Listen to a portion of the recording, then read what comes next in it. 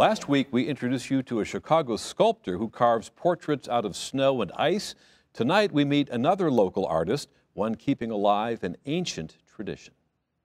Well, taxidermy is it's a trade, and it's also a form of art to preserve any living creature, and that could be from butterfly, a little reptile, fish, to a large animal.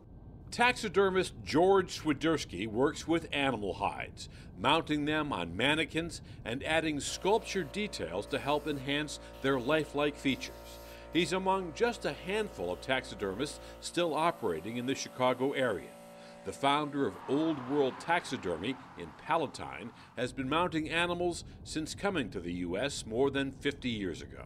I came from communist Poland at the age of 1960, from this very, very oppressive regime, and I came to America. And when I came to America, you know, I thought I entered a paradise. All the opportunities and availability and different culture, and I was just mesmerized. Couldn't speak one word of English, obviously. But that did not stop George Swiderski from earning a living. He came to this country with a skill for hunting and a talent for working with his hands, and Swiderski put them both to good use. Hunting was always my family culture. Since my dad, he was a forester, I would go pheasant hunting, and I would love to maybe mount a pheasant and hang him on a wall and so on.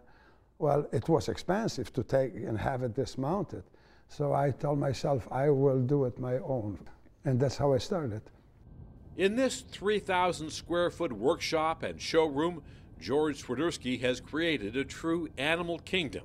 The space reflects his love for hunting, art, and photography. There's a lot of birds and a large game pieces. I would say probably there would be about around 400 different taxidermy pieces. I started with birds, and then later on I went up, you know, mounting bisons and African Cape buffaloes and lions and even several elephants. At one time I was told that I probably had the largest ornithological collection. I had over 1,000 mounted birds from all over the world.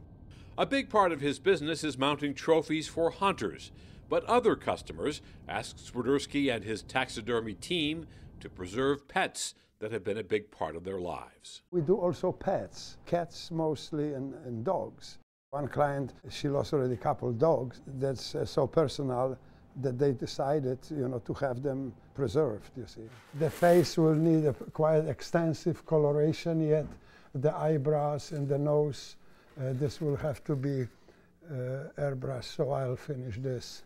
Swiderski was able to turn his passion for hunting and his skill with his hands into a rewarding business.